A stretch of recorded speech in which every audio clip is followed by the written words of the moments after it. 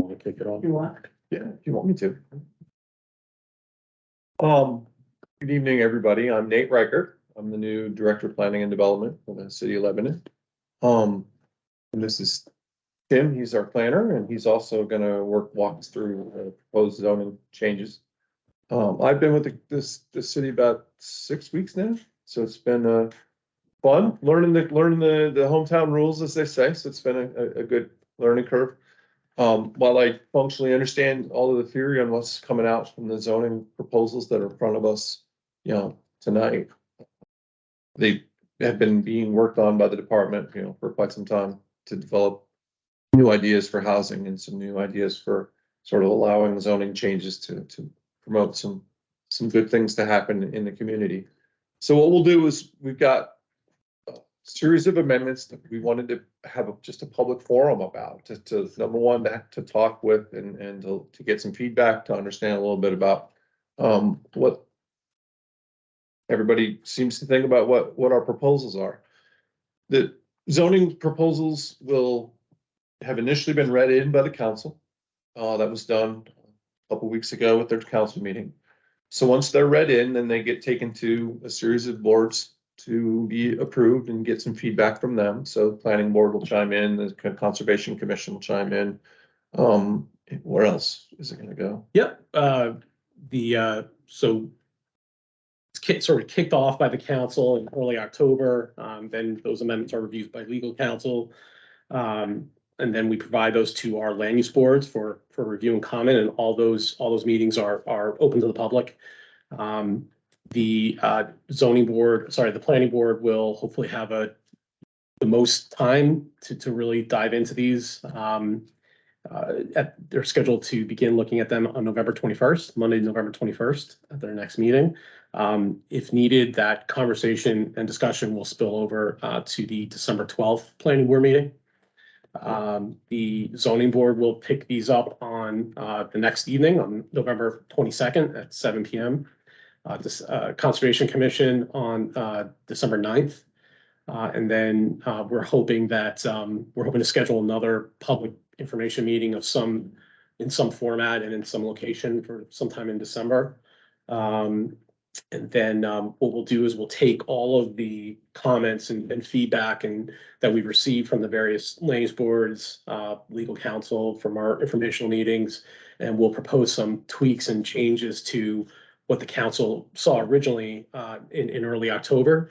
And then we'll present those tweaks and changes to the city council in early January, most likely their January 4th meeting, to review those. And at that point, the council may make some minor changes to the final draft that will then be scheduled for a public hearing before the council on January 18th. And again, these are all public meetings, and we welcome and expect and want public participation and input.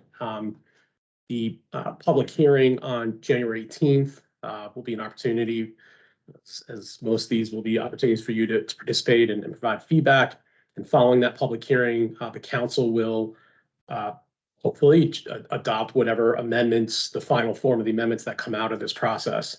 Having said that, there are several amendments that, per the regulations that we've adopted as part of our zoning ordinance, they require approval by the voters, and so several of these are going to be placed on the March ballot for your approval, and so we'll hold some additional informational meetings. At least one or two in between the public hearing, the council's public hearing in January, and the March ballot. I think that'll be March 14th. And so just to reiterate that the public hearing on January 18th, the council will do two things. Presumably they'll adopt those zoning amendments that they're authorized to adopt. And then they will authorize, for the remainder, they'll authorize those amendments to be placed on the March ballot. They can technically require any amendment to be placed on the March ballot if they choose to do so. So that's an outline of the timeline. So The main purpose of the meeting tonight is just sort of have a public discussion, meeting and say, present what the amendments as they currently sit in front of us. Have that conversation with the public about it. And like Tim was saying, this will be the first of multiple points of public hearing on the topic. You know, we'll have, this one isn't assigned to a specific board or commission. It's just something that we as staff felt that it was important that we have this kind of engagement. We're gonna be doing, you know, a couple more of these as time goes by in different various spots around the city so that we, you know, we'll go to West Lebanon's library when we can get the time to go there. And just have an ability to engage and talk and say, this is what we're thinking as a department, what we think would be a positive change to the zoning ordinance to allow things to happen. So we're just here to sort of have that basic level of feedback and to have folks understand this is what we're asking for, to answer whatever questions you may have. Try to, you know, get your feedback if you've got suggestions or ideas. We'll take those back to put them in the pile for all of the potential feedback that we're going to have at all the different points and continue to have that conversation. So with that, I'll kind of turn it over to Tim and let him, he's going to walk us through the amendments. We're going to start with the 4 that are going to be required to go to the public vote. And then the balance will be ones that the city council they as councilors have the ability to just pass. So there's 2 groups of those amendments, 4 that'll be on the ballot, the balance could potentially be action by council in January. Yeah. Just want to make sure you're recording. Yes. And we are, as David pointed out, we are recording. We do have several people that are participating online. We'll let them participate that way. And then we'll also have a record for a recording for the record. Right. Thanks, Nate. Just wanted to point out, we do have 3 handouts, and we'll make sure that these are available online. 2 of them are already were more or less included with the council's October 5th agenda packet. But what the handouts are is a red line of the proposed zoning amendments. So it takes those sections of the zoning ordinance that will be impacted by the proposed amendments and just creates a red line to show you what the changes are. A staff memo, I think it's dated September 27th. That's a staff memo to the council explaining the amendments. And finally, we have a 2-panel handout summary of, it's a chart summarizing the proposed zoning amendments. And there are a total of 14. That's how they've been grouped into 14 amendments. The first 4, A 1, 2, 3, and 4, do require approval by the voters in March, and then B 1 through 10 are amendments that can be adopted by the council following the public hearing in January. So we'll just go in order of the of how they're presented on this table, this summary table, which is also the order that they were presented in that September 27th staff memo. So just to organize, do you want to go through all of the amendments with your presentation and then take questions, or do you want to go through each one at a time and then have questions after? My thought is maybe if people want to do it a different way, that's fine. My thought was to go through the amendments relatively quickly, just to make sure that we at least speak to all of them, because we don't know where the conversation is going to take us. We may only have time to talk about 1 or 2. So I just want to at least be able to say so let's give the opportunity to talk about it to any of them. So maybe just take 10 minutes or so, go through them, and then we can spend as much time as you want on questions and answers. Yeah. Fair enough. Everybody okay with that? I just have a couple of comments. I'm Sure. Mary Ann Mastro. One, I think this is great. Small informational sessions, great. That's one. Number 2, why don't you just put all the proposed changes to the zoning ordinance on the ballot and try to educate the public before then, instead of, well, these are required, and so the city attorney will just narrow it down very easily for the simple minds. I think it's the zoning ordinance requires that some of them have to go and some of them may go. And the may or have, some of them are legally required to go. Those are the 4 that we've identified. The may is actually up to council. It would be their discretion as to whether they wish to refer about the 10 that are, in the may category. It would be their discretion. So we just simply distinguish out the way, these are the rules, the way they're laid out in the current zoning ordinance, and we're following what the current zoning ordinance So it's requires. up to the city council to determine which is appropriate for Yeah, I mean, public consumption. so they have some discretion, because some of them, I think that the big key is if they're the ones that are required to go, correct me if I'm wrong, I may get out on a limb Yep. that's too No. creaky, really impact residential neighborhoods. The ones that are in that category are the ones that have to go to the public for further comment. The ones that are more focused on more commercial or more, different parts of the community that are sort of less impactful on people's, day-to-day home. Those have the discretion, if the council has that discretion to refer them or not. In the past, have they ever referred one that was not legally required to go? I don't recall an instance of that in the past, but we always remind them that they have the They have ability to that. do so. And certainly that could be a comment that you would, if there's one in particular that all of them, Yeah. you think they should all go to the ballot, that would be a comment that you could make at the public hearing, because no decisions are made Right. until January, I think it's the 18th, until that public hearing. So And residents are affected by commercial development, et cetera. The third point that I was wondering about, each of these changes have been proposed by either a group of individuals or possibly an individual. I don't know, because, some groups benefit specifically these proposed changes. Mhm. So it would be nice to know who proposed them. sure, it's not necessarily about that. In some cases, there's always a specific reason for the amendment, and sometimes it results from a proposed development or an issue or an inconsistency that we've come across in applying the zoning ordinance. I mean, there's always a reason for the amendment, and I can try and be as specific as possible about the origin of each amendment as we go along.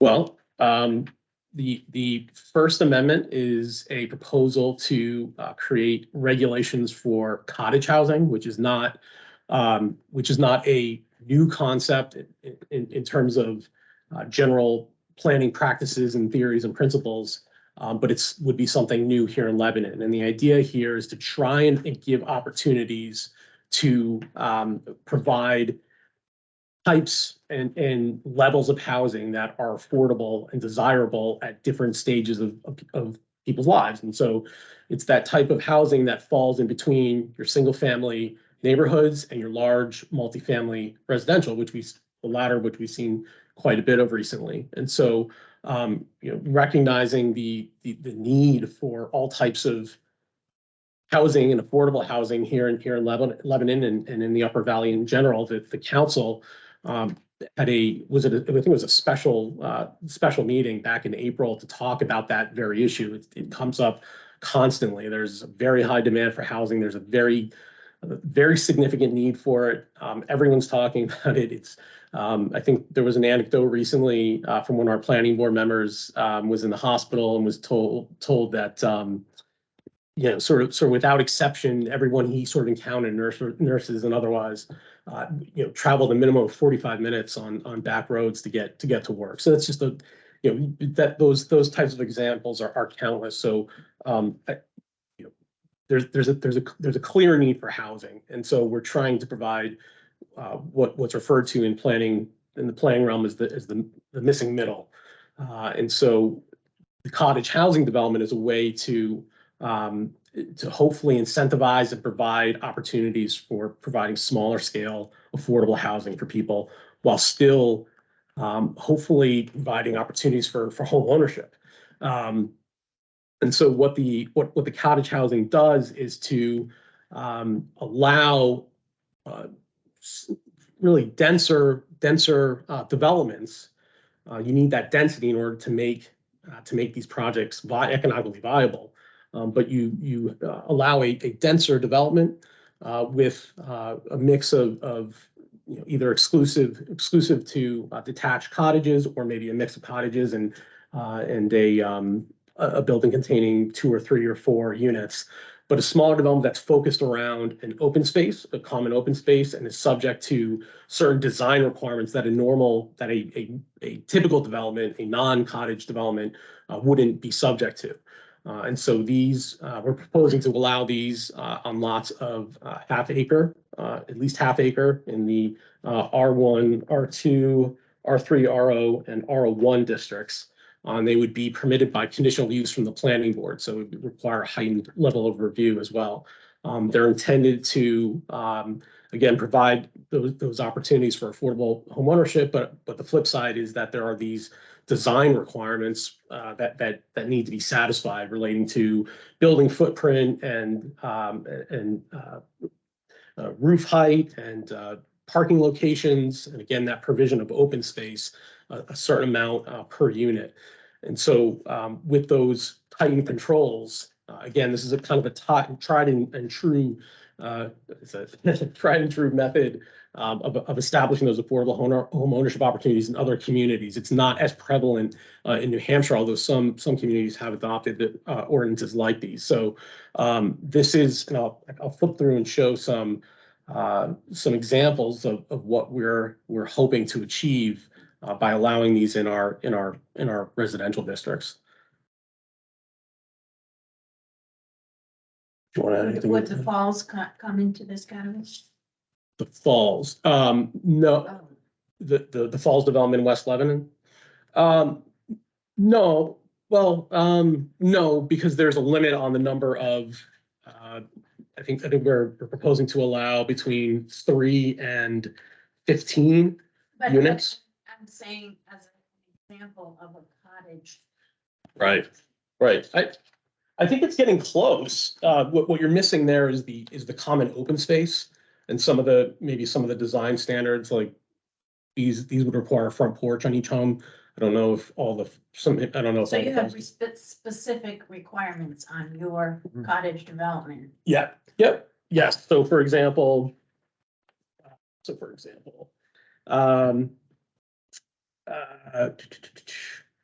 minimum of 400 square feet of common open space shall be provided per cottage. There are certain requirements about how that common open space can be laid out. Another one is the highest point of the roof of the cottage shall not exceed 24 feet.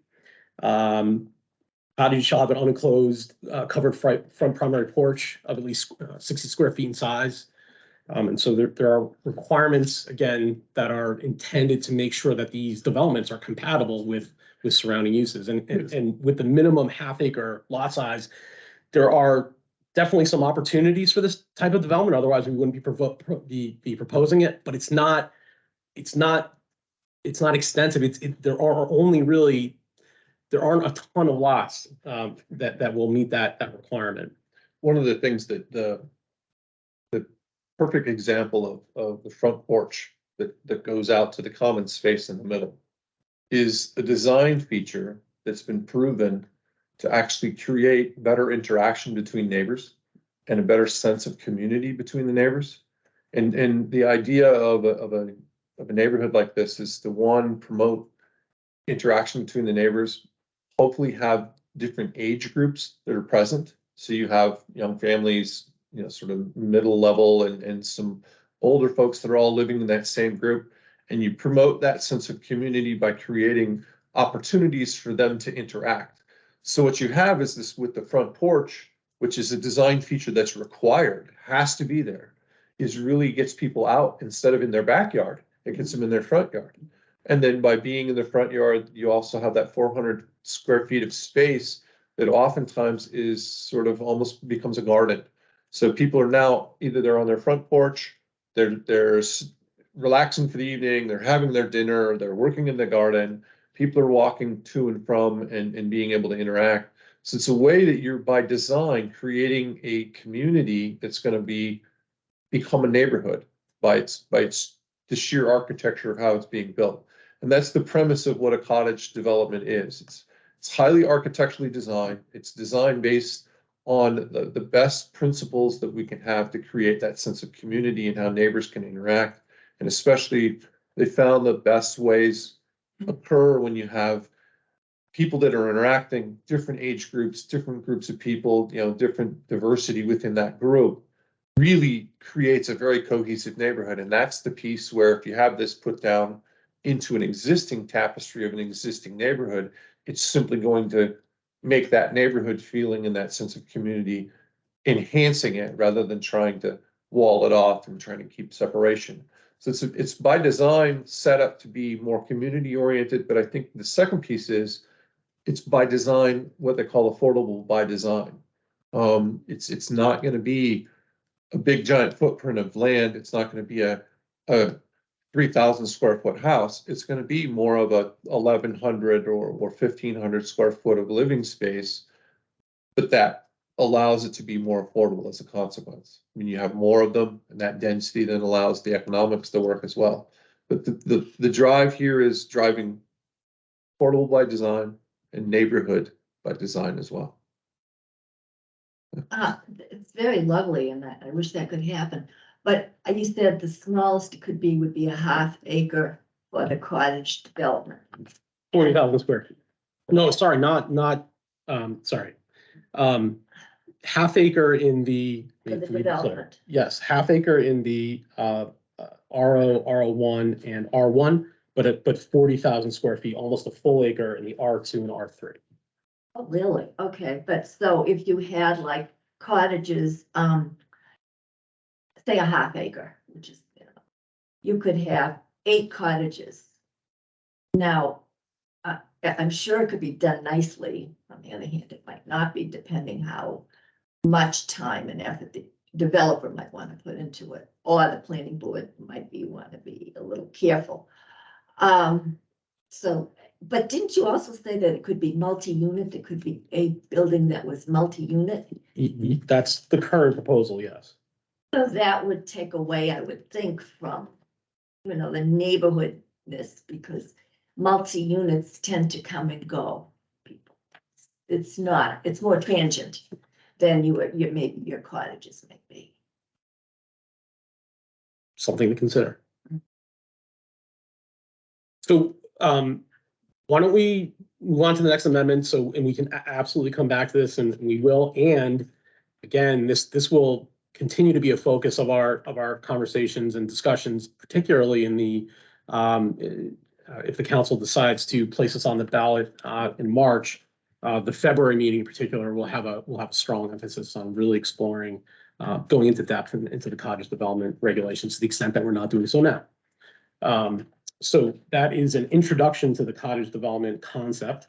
The next amendment that, again, second of 4 amendments that will be placed on the March ballot for approval by the voters, involves our manufactured housing regulations. Under the Lebanon zoning ordinance, manufactured housing, which is a defined term under state statute, it's sometimes referred to as a mobile home, are allowed under the Lebanon zoning ordinance. They're only allowed in manufactured housing developments, housing parks.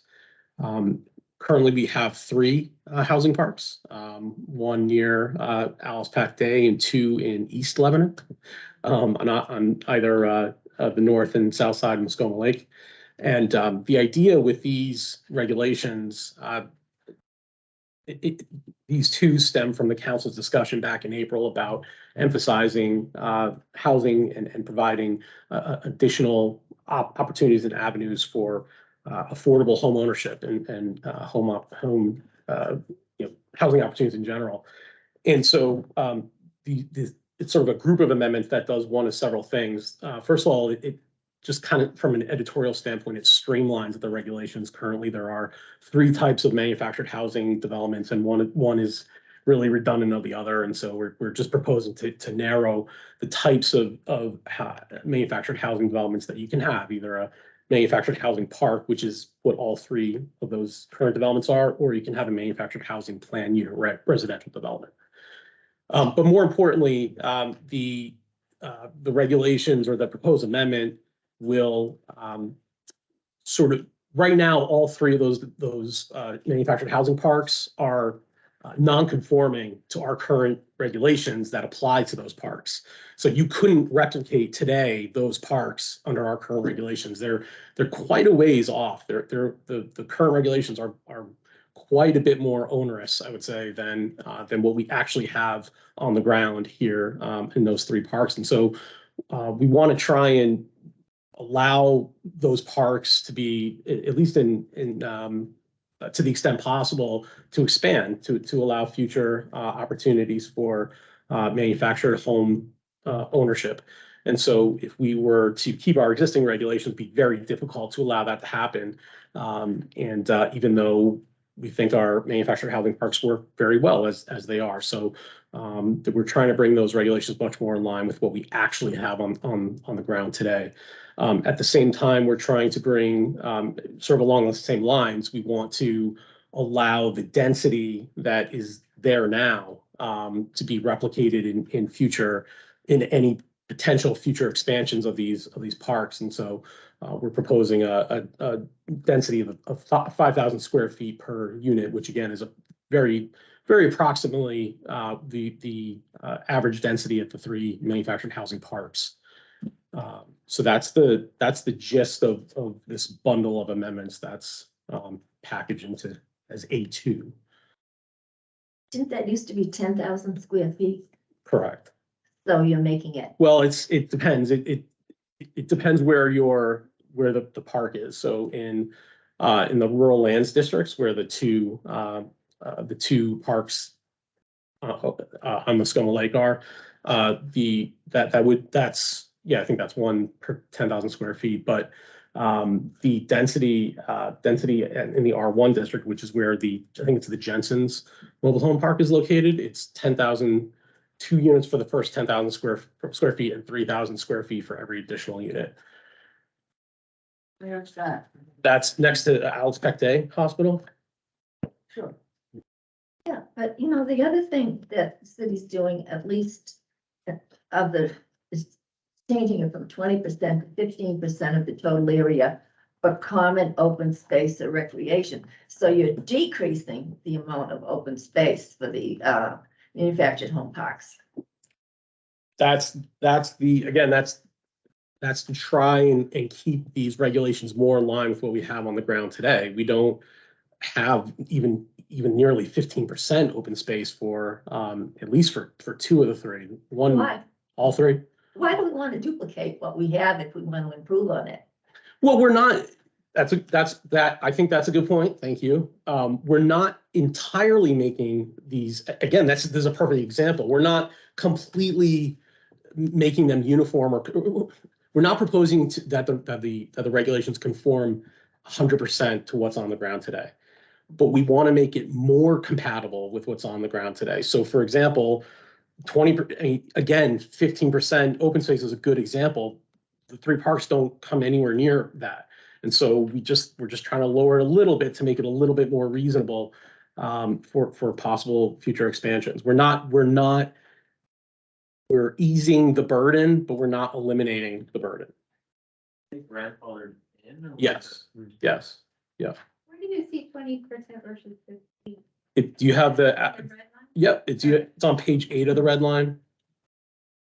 But then it says a buffer of at least, it used to be 50 feet in width maintained as a landscape area abutting all manufactured home property lines. Then you're changing it to 25 feet.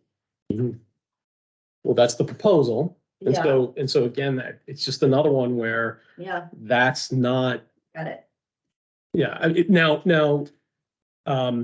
Keep in mind that in the RL districts, there may in some cases be additional setbacks that are required by the underlying zoning districts. But they can get exemptions or conditional use permits and all that stuff. No. So you would need to get a variance from the zoning board to build something closer to the lot line than the minimum required setback. And variances, there's a relatively high bar for that. Yeah. Yes. So we can jump to the next one and then come back. So the next 2, I don't have a special slide for the next 2 amendments that are on the ballot.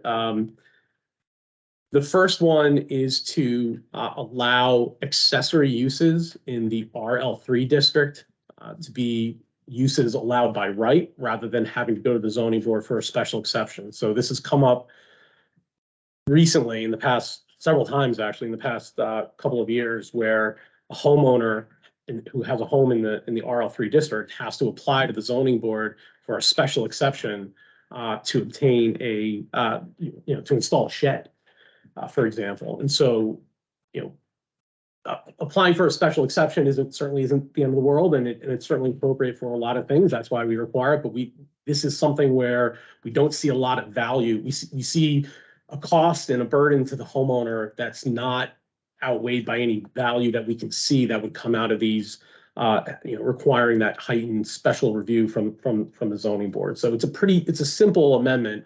It's just to allow, it's really intended to allow permitted uses in the RL3 district to put in an accessory use like a shed or a pool or a detached garage without having to go to the zoning board and having a public hearing and going through that process. Could you refresh me? What is the RL3 district? The Rural Lands 3 district, it's our most, yep, it's the most restrictive zoning district. So there's a minimum 10,000 square feet or 40,000 square feet lot area. And it's really intended to encourage agricultural uses. And so it's highly regulated. It does contain a lot of conservation land. And so, we don't want a lot of development there, but we think allowing sheds without approval from the zoning board might make sense.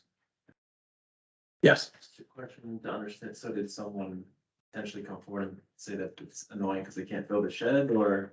Yeah, and as I said, there have been a couple applications along these lines in the past couple of years, and it's a difficult conversation to have with somebody to tell them they have to apply to the zoning board to put in a shed.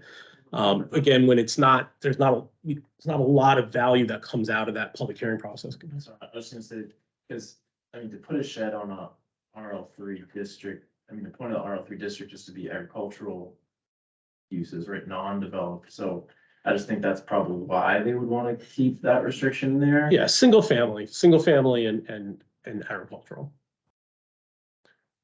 I think, and this is an experience from my previous community that I was in. We had a similar thing that we did on a couple of uses that were accessory, where we had special exceptions that we had to put in place, and where it came from there was from the zoning board itself. They literally asked the questions, why is this on our agenda? Why are we having to deal with it? And so it's one of those things where it just doesn't rise the bar high enough to say, if it's a shed, to have to go through the process of getting a special exception is an awful lot of work for not a lot of yield. And in the end, it's by right, it's still going to be regulated. It's still going to have setback requirements that are going to be met. It just makes it easier on the homeowner at the end of the day. I think if it was a shed, I would explicitly put shed, because if you're on our RL3 district and you put like a water irrigation system, for example, if you're building a shed and you have chickens or sheep, if Lebanon booms in 10, 15 years and I don't have to get an approval for a pool or irrigation system, that's going to be a really big strain on water, right? So I think that you might want to be more specific on what an accessory. That's my suggestion. This accessory use is defined within the, Okay. as far, it is very specific as to what's considered accessory and what's permissible, what's not. So we just use sheds and pools as that's the typical accessory use that you're gonna see somebody that's apply for. Yeah. But it is very well defined in the zoning ordinance. And we do have regulations for pools specifically and understanding the water source and keeping an eye on that. But anyway, it's a good point. The last amendment that would require voter approval is an amendment to section 610. Section 610 of the zoning ordinance allows accessory dwelling units. This is something, this is an ordinance that Lebanon adopted, I think, in 2013. But since that time, the state legislature has made it mandatory, has made allowing accessory dwelling units in conjunction with any single family home mandatory. So your zoning ordinance cannot prohibit any single family home from having an accessory dwelling unit. Now, the statute allows municipalities to regulate that, but there are limits to how we can regulate it. But that aside, this is another way to allow homeowners to make good use of their property, and to at the same time to provide opportunities for affordable housing to people of different incomes and walks of life. And so right now we only allow an accessory dwelling unit in association with a single family home. Accessory dwelling unit has to meet certain design standards. It can only be a certain size, it has to be accessory to the principal dwelling. I mean, the concept is that it's smaller than the principal dwelling. But we haven't seen a lot of accessory dwelling units in the past 10 years in Lebanon. I would say maybe I would think it's probably under 20. It might not even be nearly that high. And so in order to further encourage accessory dwelling units, and this is something that we've been asked about just on occasions by various people. There's not anyone specific. Residents will call or homeowners will call and ask if they can have an accessory dwelling unit associated with their two-family dwelling. So a two-family dwelling that they may, that they already occupy and want to build a third unit or a detached unit. Currently, that's not allowed unless you're in a zoning district that allows multifamily and you have the requisite lot area. But the proposal here is, again, in response to specific requests that we've received from various residents, and recognizing that we haven't seen a deluge by any means of accessory dwelling units, and we'd like to see more. We're proposing to allow accessory dwelling units for owner-occupied two-family dwellings, and that's the key. So this would allow, say, for example, a homeowner in the R2 district to have two units. One could be, so you could have a duplex, and as long as one of those units is occupied by the owner, you could have a third unit that would be smaller and accessory to the primary unit. So this is something that's going to require approval by the voters in March. And that's detached. It doesn't have to be detached. It can be attached. So in other words, their two-family house could now be a big family, only they'll call it an accessory unit. True, but the third unit has to be smaller than the principal unit. And there's a notice, there's a restriction that's recorded in the chain of title that requires at least one of the units to be occupied by the owner of the property. That's the key concept here. So it's not intended, or it's not allowed to convert the 3 units in this case to all rental units. It has to be owner occupied. And that's essentially codifying at the local level what the legislature's already passed. So we're irrespective. Are there elements of this that are local regulation? But the vast majority of it's already law. The concept that we're introducing isn't currently required by statute, and that is to allow owner-occupied two families to have a third unit. So we're going above it. We're going a little bit above, yeah. but Yeah. It's one of those where as the legislatures continue to look at opportunities for affordable housing, these units are probably the easiest way to get there and the most effective in maintaining that neighborhood. Right. And most of the time you wouldn't even know they're there if they're done correctly. So it's one of those where just giving more housing choices. All right, so we'll move on to the council amendments and review those relatively quickly. We've grouped them into 10. The first one is to add a new use category to the zoning ordinance. So in the zoning ordinance, if you have a proposed use for any particular property, we need to determine 2 things. One, that it's a use identified as a use in the zoning ordinance, and 2, is it permitted in the zoning district where you're located. There's a proposal right now to create to build a rental, like an equipment rental business up on a property near the airport, on a property that's zoned light industrial. The use is, it's not specifically called out for right now in the zoning ordinance. It certainly makes sense that we would have a use that captures a vehicle rental business, but we just don't have that right now.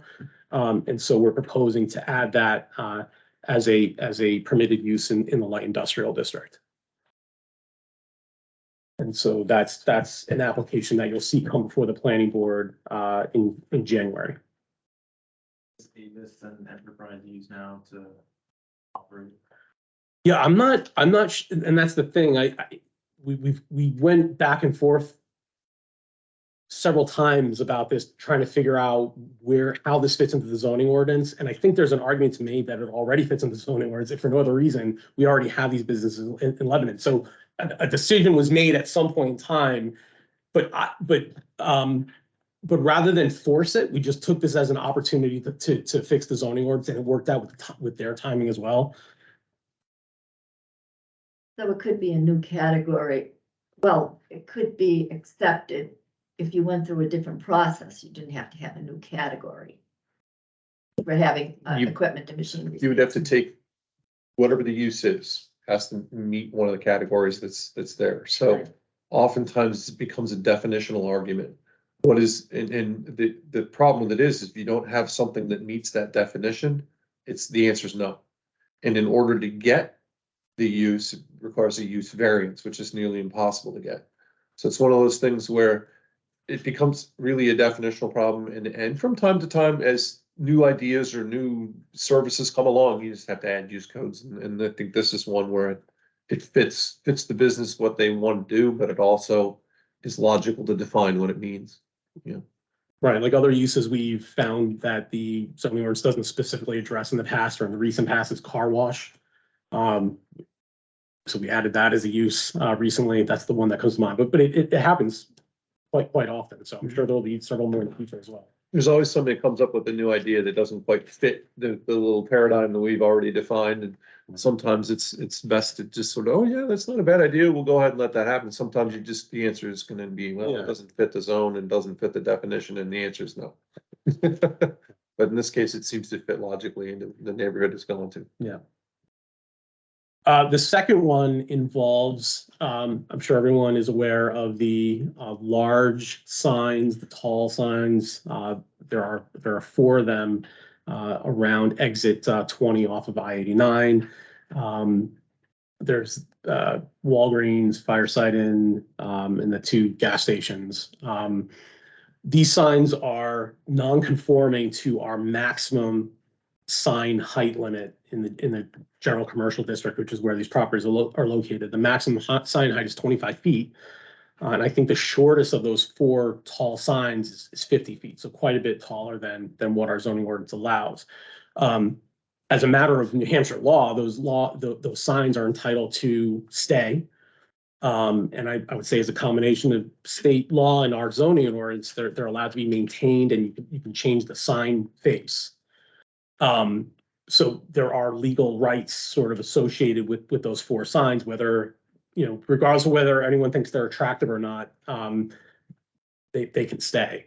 And so the issue is that under our zoning ordinance, a property can only have 1 freestanding sign per property. And so that would mean that, for example, there's interest in redeveloping the old Irving station on Plainfield Road.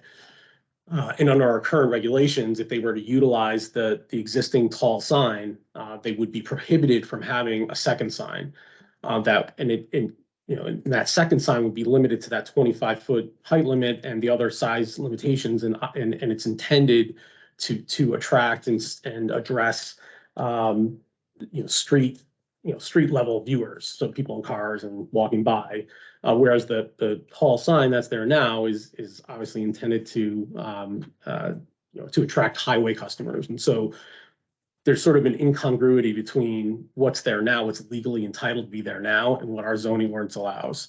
And so rather than we think it makes sense to allow those properties to have a second freestanding sign that meets our regulations while still retaining those tall non-conforming signs that really have a totally different purpose than a sign that's at street level and is intended for traffic driving by on Plainfield Road. So again, the amendment here is just to allow any property that has a sort of non-conforming freestanding sign due to height that's located within a certain distance from I-89 to have another second freestanding sign, whereas normally they'd only be permitted to have one.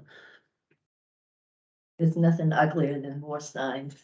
Are they losing business because people don't know where to? So for businesses made this proposal. Yeah, I mean, there was an application submitted to the zoning board by Irving to have a second freestanding sign. And as we both alluded to, the variance criteria are very difficult to meet. So they're asking for a variance for a second freestanding sign because the board felt that they didn't meet the 5 variance criteria, which again are difficult to meet. And so appropriately, an alternative to that is to seek an amendment, to the zoning ordinance. Oftentimes, what the zoning board is asked to do is to make policy decisions rather than look at it's not uncommon at all. Where they're often put in the position, just it's the way, it's just how things unfold. It's hard to understand exactly how it's hard even for business owners. It's hard for them to understand exactly what the variance criteria are and what they're there for. They're supposed to address special conditions of the property that would create an unnecessary hardship if the variance were denied. And so it's often what the zoning board is often asked to do is not to make a determination with respect to unnecessary hardship, but they're asked to make a policy decision that's really more appropriate for the policy makers. And so it's certainly appropriate to ask the council whether it makes sense to allow in these cases these properties retain those tall signs while having a second freestanding sign. It's not really a question for, and as the zoning board determined, it's not a question for them. It's a question for the city council in this case, which are the policymakers. So if you have a pro-business city council before residents, they'll of course go for as many signs as the business would like. And if you have residents who are really tired of looking at ugly signs, would prefer not to. I mean, I think we adopted a new sign ordinance about 4 years ago, and I think it's relatively strict. I mean, so what you see a lot of times is our grandfather signs that wouldn't comply with our current regulations. And so I think we do have good current regulations that limit the amount of sign area that any particular business can have. But in this case, we have a unique situation where we have very large signs that are entitled to stay. And we think it makes sense to not punish that business by prohibiting them from having a second freestanding sign that will do the work that a street level freestanding sign needs to do. Every situation is unique. We have a lot of changes in the zoning ordinance for all these unique situations. Sometimes unique situations are not as unique as we think, and in this, or is not as initially it appears to be. And in this case, we have several large signs that that prohibit those properties from having a second freestanding sign. And I'm not sure, we didn't think that made a lot of sense in this case. But it'll be up to the city council to make that decision, City council, not the voters. unless they choose to send it to the voters. Okay. Yeah, signs are always interesting. Because especially when you talk about those big old non-conforming signs, believe me, the legal counsels of the people who own those are very vigorous in defending them. Because we've tried to regulate them out of existence for a long time.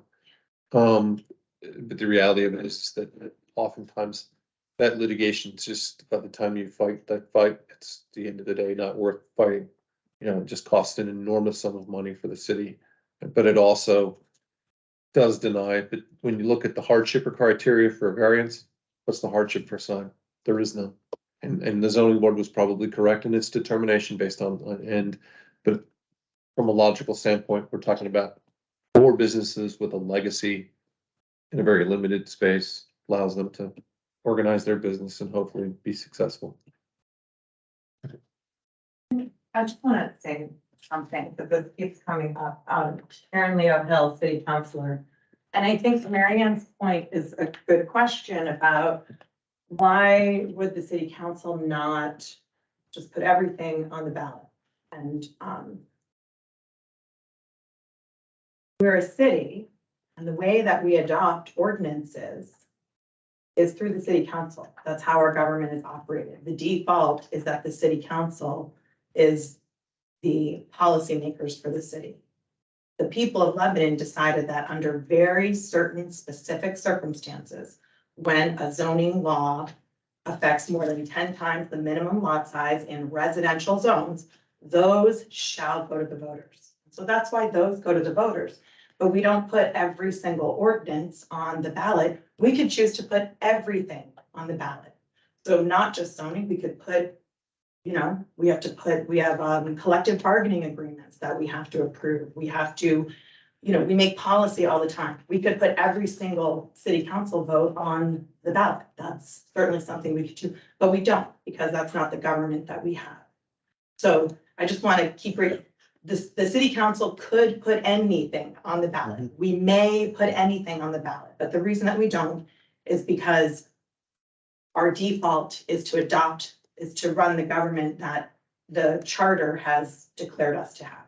So that's why the law requires us, our law that was developed by the people of Lebanon, our charter requires that certain zoning amendments go to the ballot. So that's why it keeps coming up about this, but it would be inefficient for us to put every single city council decision on the ballot. That's town meeting. That's a town meeting form of government, and that's not what Lebanon is. We're a city.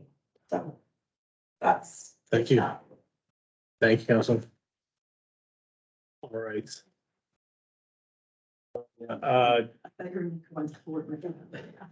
The third amendment for approval by the council is to fill in a chart that has sat vacant in our zoning ordinance for at least 25 years now. And this is to allow the planning board to grant density bonuses for certain types of development. And so what we have had so this was put in as a placeholder a long time ago and was never filled in. And some of what this chart contemplated, we've since made other amendments to the zoning ordinance to achieve the same purpose. And so for example, when the chart was put in, there was a placeholder to allow the planning board to grant a density bonus for sensitivity to the environment. But in the case of a planned unit residential developments, but since that and no actual density bonus was assigned, but since that time, we've substantially updated and revised our planned unit residential development regulations so that they're really focused. They help to ensure that the development is focused around the existing natural resources on the site, so that it's designed that any development, any planned unit residential development, first takes into account what are the most, what are the natural resources on that site, and you design your development around that. And so we think we've kind of achieved what was originally contemplated under this chart. So we're proposing to just eliminate that column, but we're proposing to fill in blanks in other places. So if you provide workforce housing, as that term is defined in state statute, the planning board can award up to a 10% density bonus, and as well as if the development provides energy efficient design and incorporates renewable energy systems, which is a defined term in our zoning ordinance. Again, this is a way to incentivize these things that we think are good for those particular developments and for the community at large. Yes. So the density bonus term just surprised me because I wasn't really sure what that meant. But that means you can have more people in the lot. Yes. More units in the lot. Yeah. So, I mean, it's almost like backwards if you're doing beautiful. I mean, isn't there any other incentive you can give somebody to make their developments energy efficient? We certainly could. There's one thing to keep in mind is that there's already a lot of flexibility built into the planned unit residential development. So, you could give you could provide incentives from like reduced setbacks and, I don't know, building height or parking or something like that, but, I mean, isn't there something that doesn't make if the regulations for the site protect nature, protect, crowding, to protect Resources. everything that Yeah. you don't want to give away, then there's nothing that you can do to incentivize. It's like, oh, we'll give you a tax cut or something. I mean, something that just gives them something instead of them getting to take it away from us. I think that the thought here is that usually when you run into these density bonuses, they usually coincide with things that would typically be slightly more expensive for the development to be included. So one of those would be workforce housing. That's typically, you look at like an inclusionary zoning or different ways. There's schemes that in zoning that you try to create more workforce housing embedded in a development.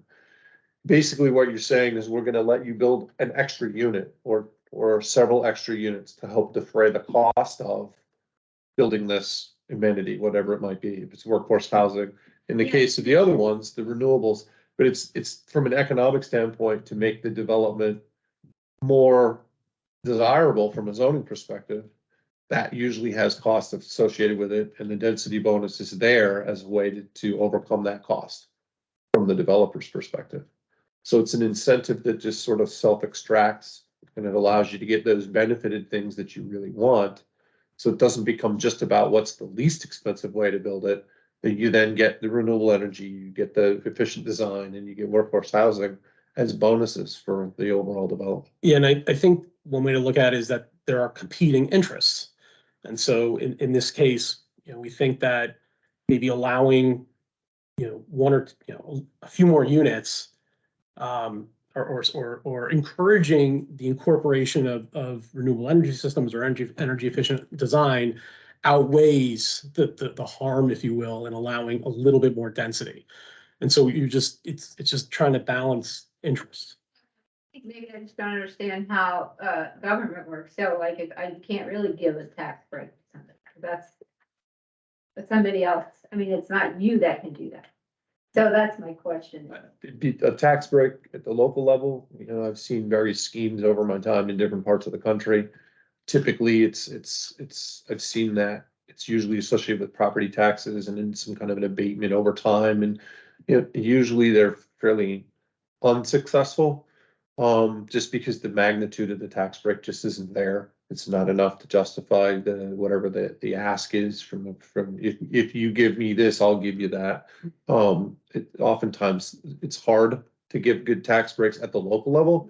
Now, if you get our friends in the federal government and giving people income tax breaks, that has a totally different outcome most of the time.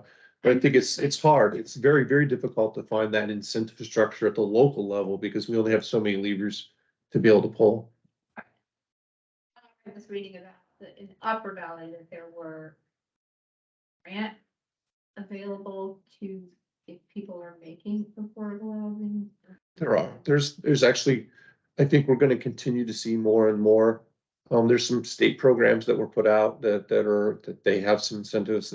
There's various ways of getting there. And then it all comes together as the tapestry of housing. I think what you end up with is some developers are more apt to want to use those programs and some are not. Depends on the neighborhood, the developer's way of viewing what they want to do with the land or what they're trying to build, what they're trying to accomplish, what they're trying to produce for the market. So there's a lot of potential incentives that are there. This would just simply be one local thing that we can do to help be part of a very large puzzle.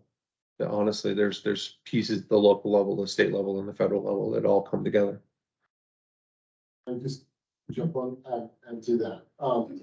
Give books. It's not uncommon to reward the kind of behavior that you want to see. You do that with little kids. You do that with real estate tax breaks and all kinds of different ways to do that. In the state of New Hampshire, we have very few tools in our toolbox to provide incentives for the kind of behaviors that we want see happen. And that's because the state doesn't make those tools available to the local communities. They're just not built into the statute. One of the tools that we have is the 79E program, it's the Community Revitalization Incentive Program.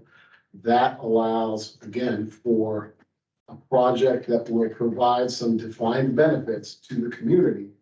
The community can agree to essentially freeze the property valuation at its pre-rehabilitation value.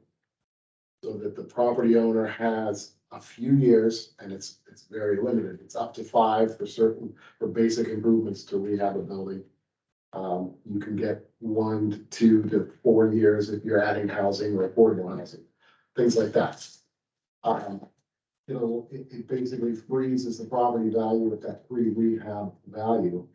To give the property owners the opportunity to recoup some of the costs of that investment before they are hit with the much larger tax bill associated with the redeveloped property. That's one example of an incentive tool that we have at our disposal. And the city council has made use of that on a couple of occasions, I think 4 occasions. The other tools that we have at our disposal, the other thing I would say about the property tax thing is that, as you're very well aware, New Hampshire is very heavily dependent on property taxes. We don't have a whole lot of other sales taxes, income taxes, other things that we can help offset. If we wanted to give property tax deferrals and things, we don't have other revenue streams to make those up. So that's not our best tool, because then we're essentially foregoing revenue. So the density bonus is a tool that we have. It happens more at the local level, and the idea of giving, a few extra units, as Tim said, is something that we can control and sort of dictate the terms of. In 17 years, I saw that the use of this density bonus provision with respect to the PURD, it was used twice in 17 years that I've been with the planning department. One time, a project went from 7 units to 8 on 96 acres. The other time it got used went from 20 to 22 units on a little over 5 acres. So even that 12%, it looks like a large number, but it's not getting dozens or certainly not scores and hundreds of more additional units. It might be 1 or 2 more units, because again, the cost, if you're looking at this from a developer standpoint, the cost to install the water, the sewer, the roads, that's all the same, whether there's 21 units on that road or 22. You're not necessarily building a longer road, more pipe, but you can help achieve a little bit greater affordability. You can just spread that cost over even 1 or 2 more units, and it can make a difference to a project. So that's why this density bonus provision is in the ordinance. As Tim said, it's been there since 2 decades or more, without being really fleshed out. But it is one of the better tools that we have to achieve some of the want to see as a community, and it goes to that trade-off benefit. Do we want affordable housing? Do we want energy efficient? Do we want renewable energy systems and sensitive to the environment design?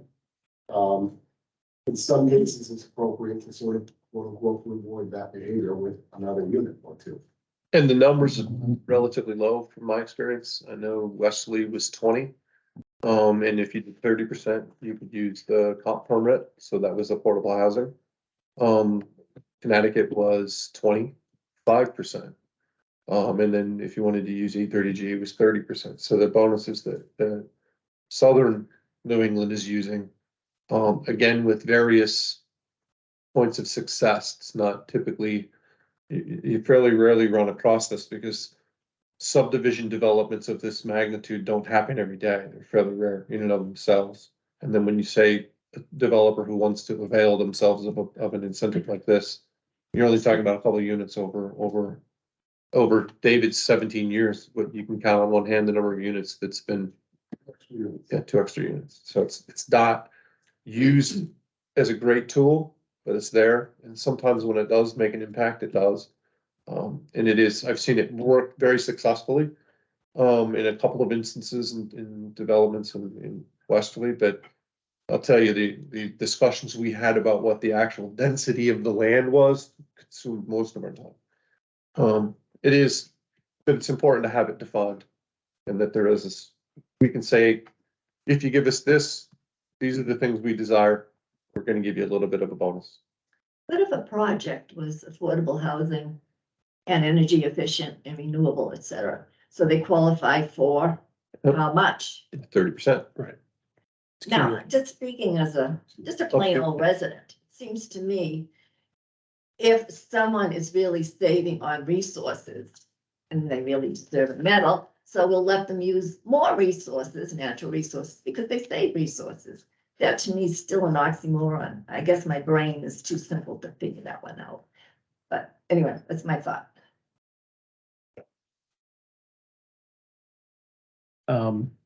All right, the next amendment for the council's consideration is relatively simple, and it's the result of a recent statutory change. Right now, the zoning ordinance allows the zoning board to grant additional density for senior housing complexes. The statute, the new statute, requires or mandates that any allowances in your zoning ordinance that are applicable to housing for older persons, that by, I think, July 1st of next year, 2023, those provisions will automatically be applicable to developments with workforce housing. So rather than excise section 603 from the zoning ordinance, which we could do, that is technically an option, but rather than excise section 603, what's proposed is to simply add workforce housing, which is what the statute will require anyway, even if we don't specifically add this into the zoning ordinance.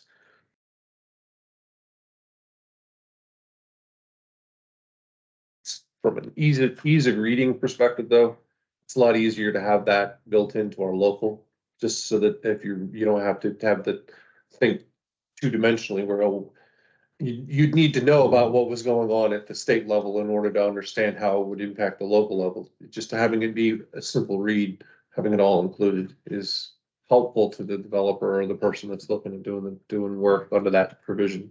So a special exception could be granted for extra affordable housing. Mhm. There's no limitations. I mean, there's no guidelines or structure or anything. The guidelines are the general special exception criteria that are found in section 1.3. So there's about 8, 9, or 10 of those that the applicant has to demonstrate that they satisfy, and the zoning board has to find that the applicant met those. But those right now are the criteria. We could certainly work on more. This is something that's been in the zoning ordinance for quite some time, and it's not necessarily a bad idea to provide more specifics to this provision and some more guidance to the zoning board that's specific to this provision as to what they should be looking at. So that's definitely something that we can put on our list. Okay, the next one is, this is an effort to sort of meet current market demand, but also get ahead of the curve a little bit with respect to electric vehicles, which we think is sort of the future. It's becoming increasingly popular, and at some point that may be all that we see. And so we want to try and again provide opportunities for people that have electric vehicles now or that are thinking about getting them, and also staying ahead of the curve. And what this would do is require certain basic electric vehicle compatible infrastructure in all types of developments, 1 and 2 family dwellings, multifamily dwellings, and non-residential uses over a certain threshold. And so each of these categories requires, again, different levels of EV capability. There are 3 different levels. It's EV capable, EV ready, and EV installed. And so I think more or less the first one is you've got you've got the right wire in, and then the second one is you got the wire and then the box. Yeah, the plug-in. The plug-in, yeah, and then the third level is the full charger.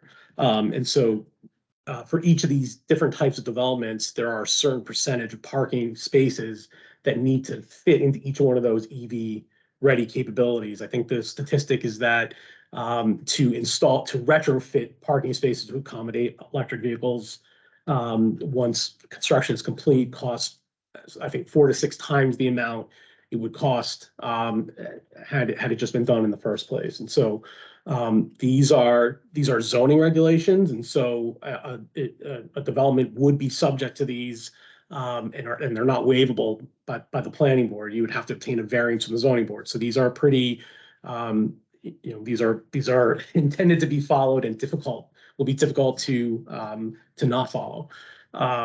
At the same time, once these are adopted, hopefully by the city council, this is an instance where we are working on companion regulations and our site plan review regulations to kind of flesh these out and put more meat on the bone, if you will, for at least for non-residential development and larger multifamily dwelling development. And those will be considered by the planning board in January, around the same time as the council is considering these for adoption.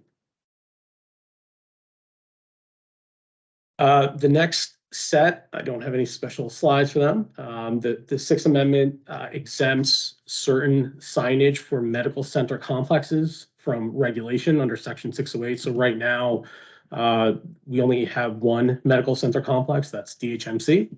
And DHMC has very specific and unique needs, and they have lots of signage. They need lots of signage to make sure that there is safe and efficient access into and out of the facility for emergency vehicles and otherwise. And a lot of that signage does not face or front on a public right-of-way. And so the amendment proposes that to the extent there's signage that does not front on a public right-of-way, then it's exempt from regulation under the zoning ordinance. Because otherwise, right now, you have like a massive circle over a very small square. It's just totally, the needs and the reality of what's on the ground at DHMC is completely at odds with what our zoning ordinance contemplates, because that the DHMC has a medical center complex. It's such a unique use. It has such unique needs, so that what it has to do and is currently doing is has to come to the zoning board every time it needs more signage. It needs to ask the zoning board for a variance. And so, if you see, there are obvious downsides to that, but if you see someone or something coming in repeatedly for a variance, that's a clue that you need to take a look at your regulations and make sure that they make sense. And so if you see a variance that's being requested over and over again and granted too, either way, it's time to look at the zoning ordinance and see if we can make reasonable exceptions to accommodate uses that need that accommodation. Just my interpretation of that sign on just the DHMC. I'm very familiar with spot zoning, but this sounds like sign zoning, just the DHMC. Well, it's not. DHMC right now is our only medical center, but there could be another. It's not. DHMC is the example, but it's not just for. It's not. We don't call DHMC out in the zoning ordinance. So the amendments have been reviewed by legal counsel and Sign zoning. Yeah. I guess my one comment there would be, in my head, I'm thinking of the one, like the main center, but obviously Dartmouth owns like 3/4 of Lebanon. So if you have like signage, in a scenic area, that sort of thing, because they bought an office and now it's part of the medical center. So the only medical, so those facilities share common ownership or common operations. But for example, the building on Heater Road is not a medical center complex. It's an office building, a medical office building. And so its signage would still, the only property in Lebanon that's currently improved with a medical center complex is it's tax map 10 lot 1, which is the DHMC. Yeah, exactly. So DHMC has offices, and it has the medical center, and then it has offices in other locations around Lebanon. And those office buildings would absolutely still need to meet our current, our sign regulations. Sorry. Sticking with the same slide here. The Seventh Amendment is an update to the purpose district, sorry, the purpose statement for the Central Business District. The Central Business District now encompasses just downtown West Lebanon. Up until a few years ago, it encompassed both West Lebanon and downtown Lebanon. Downtown Lebanon was rezoned to the new Lebanon Downtown District. And so, again, Central Business District right now is just West Lebanon. And the update to the purpose statement, which is not it's not regulatory in nature. It just sort of sets the tone and intent of the regulations. It establishes what the regulations are trying to achieve, but it's not a regulation in and of itself. But the idea here is based on some recommendations from the West Lebanon Revitalization Advisory Committee, which undertook a lot of work looking at all sorts of documents and studies that relate to West Lebanon. One of their recommendations was to make that Central Business District purpose statement, which was generally applicable to both downtowns, make it more specific to the vision of West Lebanon in particular. And so it just expands that purpose statement to expand on that West Lebanon specific vision. The eighth council amendment proposes to amend the non-residential mixed-use districts to change daycare facility from a use that's allowed by special exception to use that's allowed sort of by right, if you will. So the issue here, what's driving this is that there is a serious need for daycare facilities in Lebanon and in the Upper Valley in general. It's a very serious problem. So if there's anything that we can reasonably do to try and facilitate new daycare facilities coming online, then we want to try and take those steps, even if they're pretty minor in the overall scope of things. And so here, daycare facilities are more or less allowed in all of our zoning districts, including residential districts. We're not proposing to allow these as permitted uses in the residential districts at this time. In the residential districts, daycare facilities will still need to go to the zoning board for special exceptions. So there will still be a hearing. Abutters will be able to provide comment and input. But in our non-residential districts and in our mixed-use districts, we're thinking that, again, the value of what maybe comes out of a special exception hearing process for a daycare facility in those districts may not outweigh the burden that's placed on the daycare facility to get going. Again, will it make, will it be the difference or not between a daycare facility operating or not? I don't know, but we think this is a reasonable step that we can take without without losing much by way of benefit for the community. So. Yeah, they still need to get like appropriate approval to operate minors. Yeah, absolutely. They'll need, in some cases, they'll need site plan approval. They'll still need site plan approval from the planning board, not in every case, but in some cases they will. They're regulated by the state. They're regulated under our building code and our zoning ordinance. So no, it's a good question. And that was a great point that Nate made before about sheds in the RL3 district. It's important to emphasize they're still regulated. We just don't have this extra layer. We're proposing not to have this extra layer of review that maybe in some cases are burdensome without providing a lot of value. I have, in my previous work, I was working with a woman who's trying to form a daycare, a childcare facility at a former school, mind you. The facility itself was a school, so it's supposed to be good for kids. It was the most Herculean effort I have ever seen from a permitting perspective in my life. The things that she had to go through in order to get, she'd been working on it for 9 months and still hadn't cleared just what was going on at the state level with public health and all of those requirements. I have to say this would be a very minor little convenience that we could give to someone who wanted to go through this, but I guarantee you that the public folks at the state level have a massive say in the safety of what's being created. And those kids are going to be in a really great environment, because there's nothing bad going to be in that room. I'll tell you that. But it's a minor little piece that we can give, but ultimately, if you're a family that needs daycare, well, I'll tell you, it's tough if you can't find it.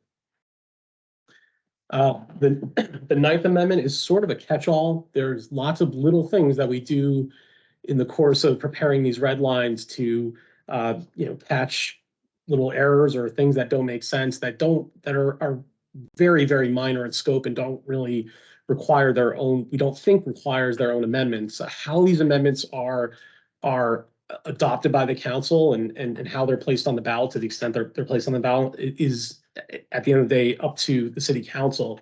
But this is how staff is proposing them right now, and it's typical for us to have sort of a miscellaneous catch-all. And so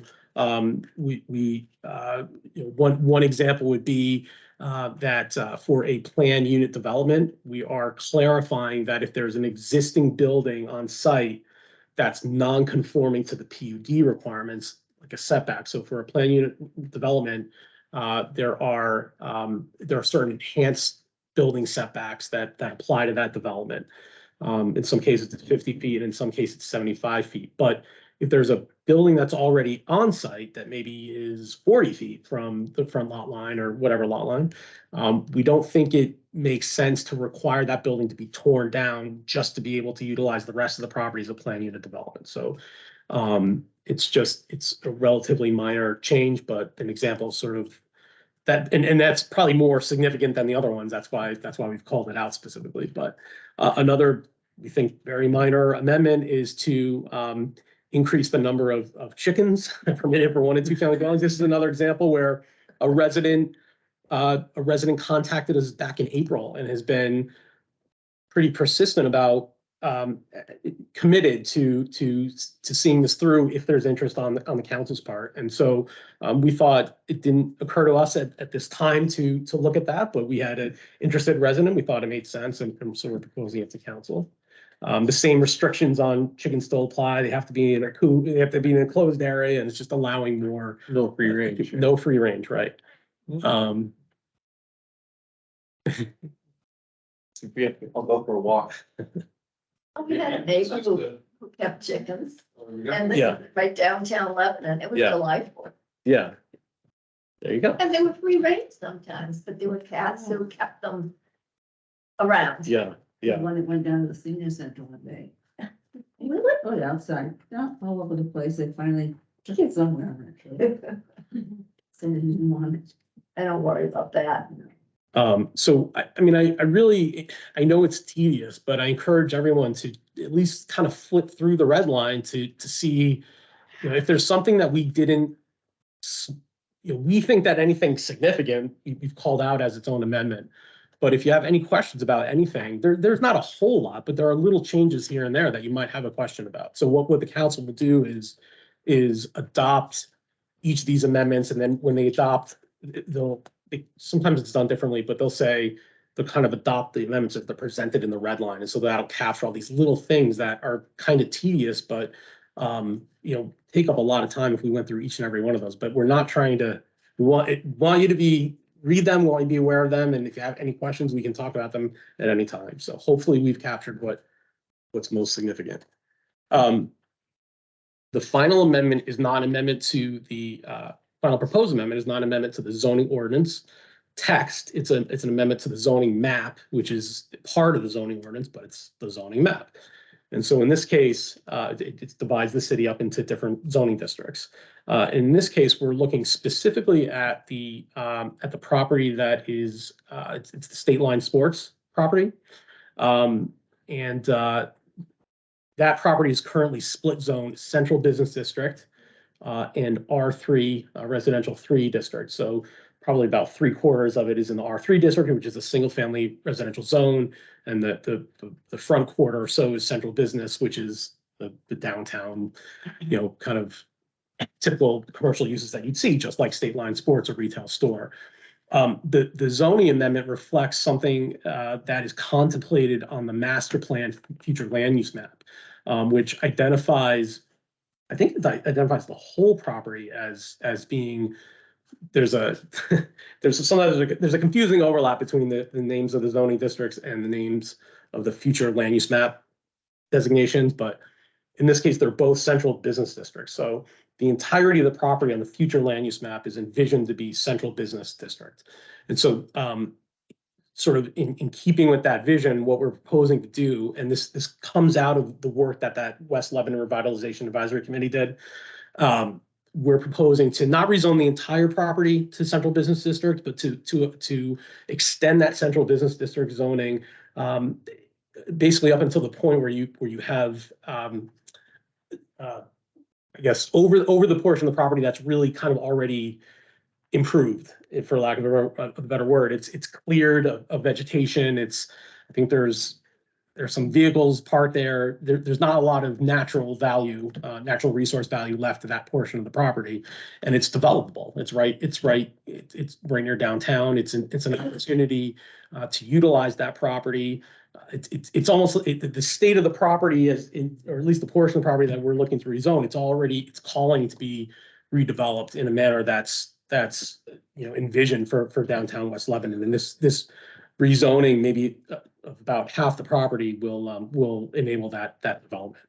And so though that is an overview of all the amendments, and so happy to go back to any one of these that you like, and we can discuss. Does anyone want to start anywhere?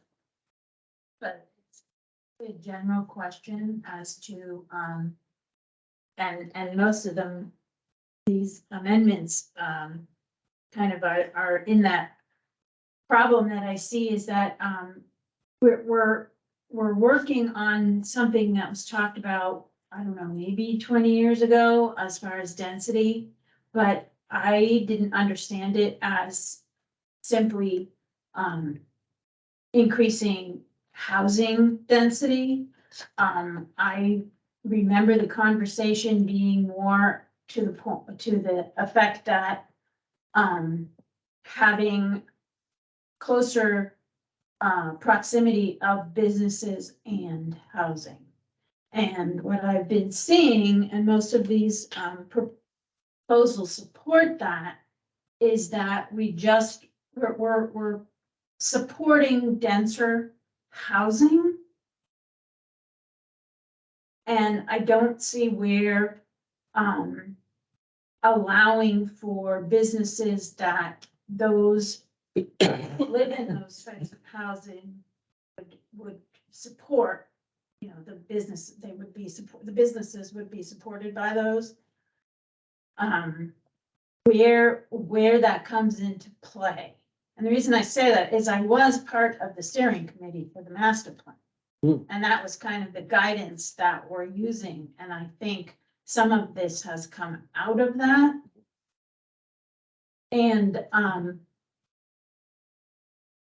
I've seen what happens to communities when they, in a sense, become bedroom communities where everybody lives in one place and everybody has to go someplace else to get their food, whatever it is they want to do is someplace else. And when this was discussed earlier, envisioning Lebanon, I don't see that. And so all these proposals may be to benefit, a vision, but I'm having trouble seeing how it creates a healthy environment, as far as the natural environment, a walking environment. I mean, where are these people going to walk to? They're not walking to a store. They're not walking to a community place. Sure, some of those descriptions are, community areas, but eventually those people have to go someplace else to get what they need. And I don't think what we're proposing, both the planning committee, board, I don't see that. And I'm having problem understanding why the people that we've elected think that is what we want. The residents who live here want that. And I realize the whole environmental thing. I get it. I understand that. But this type of proposals to have denser living spaces, to have more people go someplace is not helping the environment either. Yeah, I think, Not, I think these things go, a lot of these things go hand in hand, and maybe some of it's, chicken before the egg, but I think we've done a lot in our zoning ordinance over the past 10 years to encourage and allow mixed use development. So, in a PURD, for example, which is where a lot of these density bonuses come into play, commercial uses of certain scale are allowed in these developments where they wouldn't be otherwise if you weren't utilizing the PURD tool. So we've, and a lot of our other zoning ordinance districts, we've begun to allow multifamily dwellings where we hadn't before. And so, so we've done, I think, what we can to enable the possibility for mixed use development, both on the commercial side and the residential side. And by, to speak to your point, by allowing the possibility of increased density, it's not specifically, the intent wasn't specifically to create market conditions to encourage additional commercial uses. But now that we're having this conversation and you brought up that point, I think it does do that. You have to, it only helps create the market conditions for those commercial businesses by having, a density of people that will access those businesses. And so, are we requiring commercial uses as part of, a density bonus or as part of these planned unit developments? We're not requiring it. But I suppose that's something we could look at, but at the same time, there's at least some impact, some net positive impact on overall demand for commercial, the more people that you have in one particular spot. So there's only so much we can do to kind of massage or impact the market. I mean, there's only so much demand for commercial. I think no one in the place I would disagree with you whatsoever. You make great points. That's absolutely what we want to see. I think we've created the regulatory framework certainly to allow that. And I think in a lot of ways to encourage that, but we haven't taken the step to mandating it. I would just point to the LD district, the downtown district. There are the key corridors of downtown. New development will be required to have a non-residential use on the ground floor for those properties, because we do want that mixed use. Can you give an example? I'm having trouble picturing. So picture the building next to City Hall where Teal Street is. There's 6 or 8 apartments above that. There's a ground floor retail space and apartments up above. That's sort of the quintessential sort of small town, historic, New England style, where people live above the store that they work in. They live right downtown. Some of the buildings I'm trying to think, some of the buildings where Hershey's used to be, around the corner. Hershey's is not there anymore. I don't really know what the mix of uses is currently, but there's residences above that. So that's what we're going for. And in some cases with these new downtown regulations, certain roads, if you have frontage on your street, like Hanover Street, you want to see that ground floor non-residential use, whether it's a restaurant, whether it's a retail store, whether it's, office is not ideal, but it's better than nothing. And then with apartments up above or residential up above. And then also, I think, Chris, you and I served on that steering committee together. And, it's exactly what we've been trying to put in place over the last 20 years now. I guess, the last 15 or so since we did that in 2008, 2009. The idea of density is we're really trying to, it's really an anti-sprawl measure. So we're trying to protect the rural parts of Lebanon and encourage that the, until the city is fully built out, until all properties are fully built out, we have to assume that people are going to, Lebanon is a place that people want to be. And I think, and I forget your name. Adam. But But Adam made the point, in 10 years from now, what's gonna be happening? It's clear that Lebanon is a place people wanna be. And so what we've been trying to very consciously do is to encourage, if there's going to be a certain amount of growth, we know people wanna come here. And unless we permanently protect all the land, someone's gonna buy it and develop it. And so we're trying to target that growth to happen in the parts of Lebanon that are already developed. So by encouraging these accessory dwelling units, by maybe making it possible for a mobile home park to expand a little bit, instead of taking up, I think some of what has really bothered a lot of us is on Mount Support Road, we've seen beautiful woods that are now, these multi-story buildings. Well, we didn't invite them here. They came here because they knew that they could make those and make money doing that. And if we don't protect, if we don't do more of this, then we're just going to see more of that happen. And we're going to see more, one of the reasons we have cottage clusters on here is because the market is not creating single family homes. And we don't really want to have more $800,000 homes on the outskirts of town, just with 10-acre minimums that are just basically creating sprawl on the outside and having everyone in their cars go there. We want to try and make neighborhoods possible where neighborhoods already exist. And that's why the idea of cottage clusters is to try and make, people love living right here in downtown Lebanon. It's beautiful. But those neighborhoods where many of us in this room live are not permitted by the current zoning laws. That's part of what we're trying to get to. A lot of people moved here 40, 50, 60 years ago, and those neighborhoods that we enjoy are not actually able to be built under the current laws. And that's part of what we're trying to do, is make what makes Lebanon so special, to put it into law. And you can never do it perfectly, but that's the idea, is to try and make our neighborhoods, try and protect what makes a neighborhood, and try and protect what makes Lebanon. And part of that is that we have a feeling of being rural, even while we're going to try and absorb some of the people that want to come here over the next 10, 20 years, and hopefully not absorb them completely in these multi-story apartment buildings. We want families to be able to live here too and raise their kids. And I guess in the back of my mind, I keep seeing the statistic that 50% of Lebanon is rental and 50% is residential of the people that live here.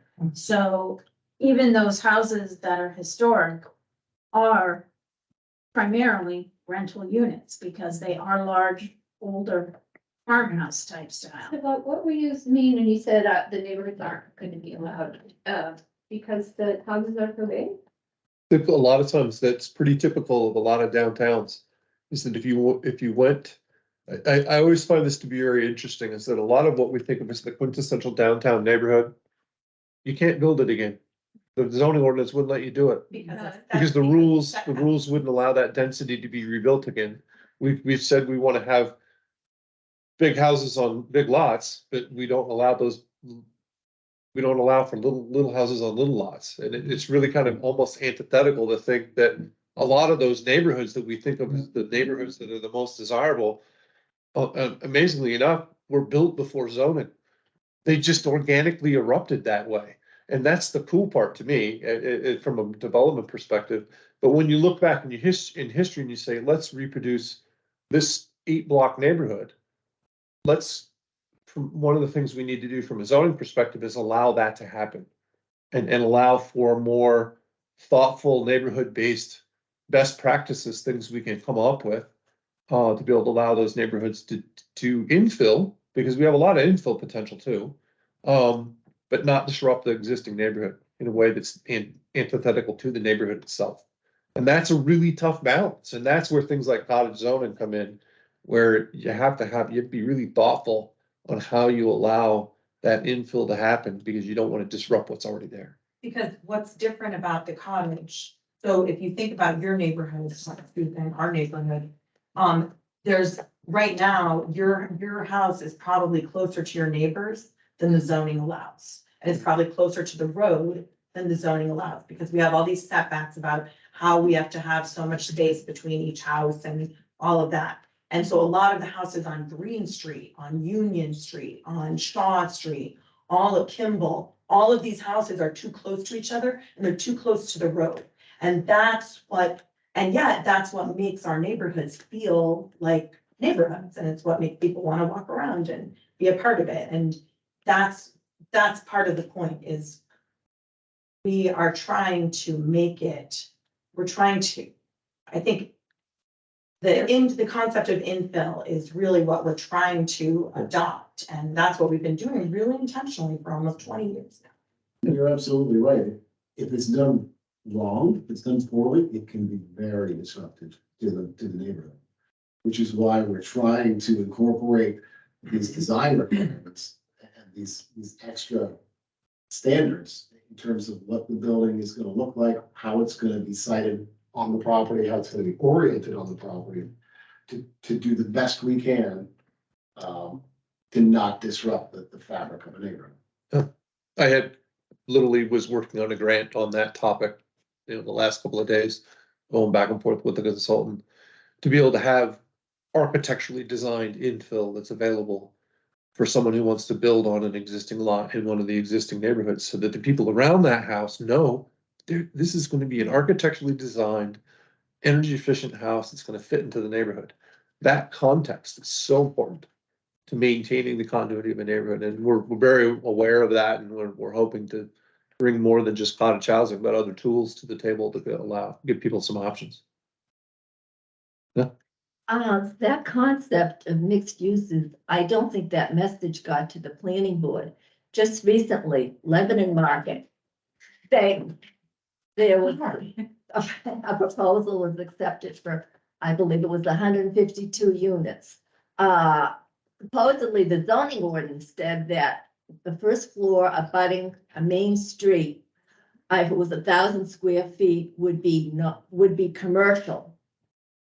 I'll tell you, I believe it was the zoning board, couldn't bend over backwards fast enough to give them an exception. No, you can have apartments all through the Lebanon market. There's no thought to having a mixed use of commercial and house and apartments. The same thing happened with the clean laundry. Again, there was frontage on a main street that was supposed to have commercial space. Planning board said, we can make that decision, not necessary. The three things that a developer looks for in Lebanon and gets immediately: relief from landscaping, height of the building, get it as high as possible. And well, we don't have enough parking spaces, no big deal. That's supposed to make Lebanon attractive. I just rest my case.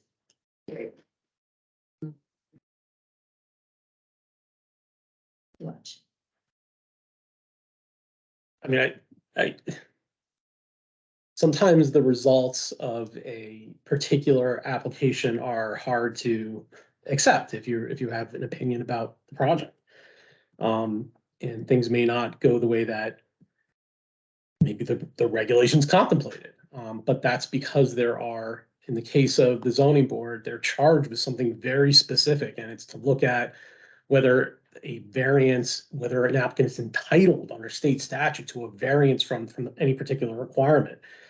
The zoning board sometimes has a tough job to do. It's the applicant's burden to demonstrate that they meet those criteria, and the zoning board, we'll debate that, and as the fact finder and the judge will make a determination as to whether that's the applicant has stated their case. But that's the zoning board is a very unique job that's established by state statute. There has to be a zoning board. There has to be an avenue for variances in an applicant, and it's up to that board whether that variance is they feel the variance criteria have been met or not, and that's an appealable decision to the Superior Court.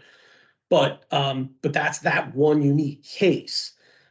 We can't and shouldn't judge our policy. Generally speaking, we shouldn't be anticipating what the zoning board is going to do on any particular application that comes before them, because we have no idea what will come before them and the reasons why. So I guess my point is that I completely understand, not generally speaking, frustration with the result of a zoning board application, but we have to detach that from our policy discussion. That was the one decision the zoning board made on the, commercial use Correct. on the market. However, the planning board was the one that gave multiple conditional use permits and exceptions to any developer, those two particularly, it was like, it was close. So- Two of them was so So simple. the thing to keep in mind is that a conditional use permit is something that's allowed. Oh, You're it was allowed, but yes. it is. It is allowed if you demonstrate. So variance is asking the zoning board to do something that you're not allowed to do in the zoning, under the zoning ordinance.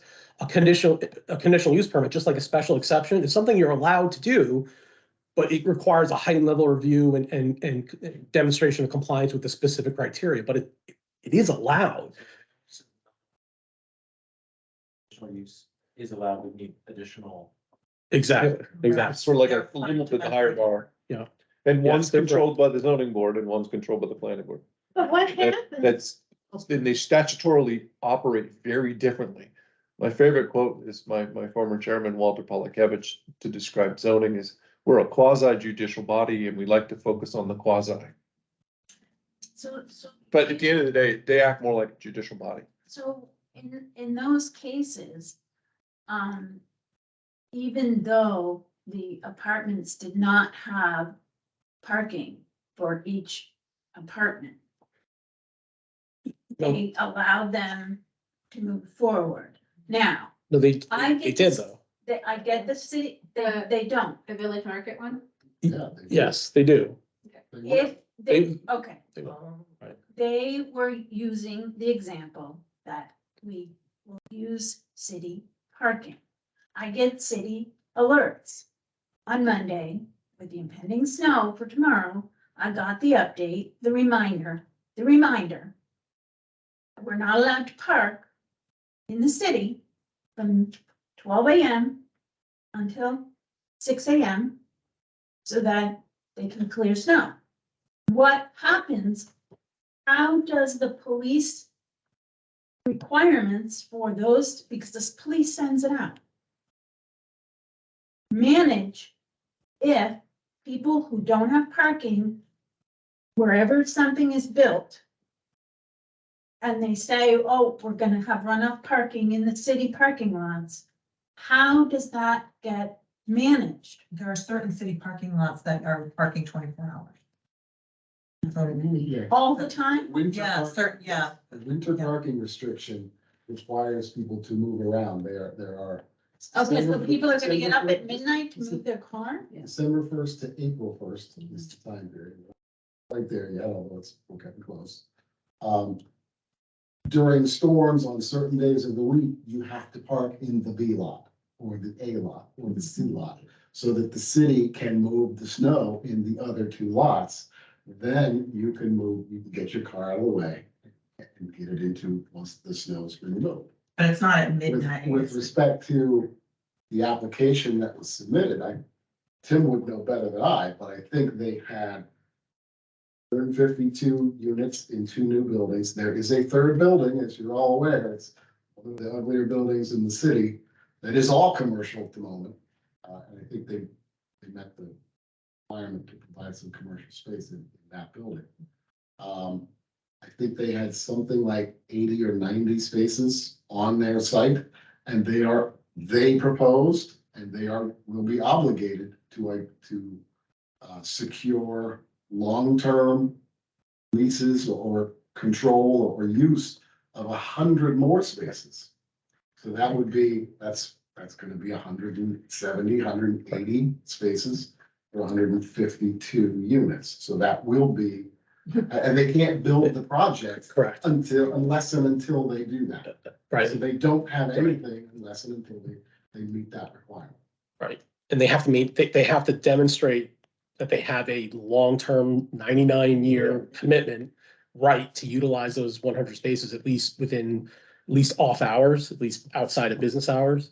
And they need to maintain that. And if they can't demonstrate that, then the project they can't satisfy the conditions of approval. They could go back to the planning board and seek an amendment, but that would be down the road. But as we're kind of veering off a little bit from zoning amendments, reminded me that we should probably invite the folks who are participating online to see if they have anything that they'd like to ask or discuss.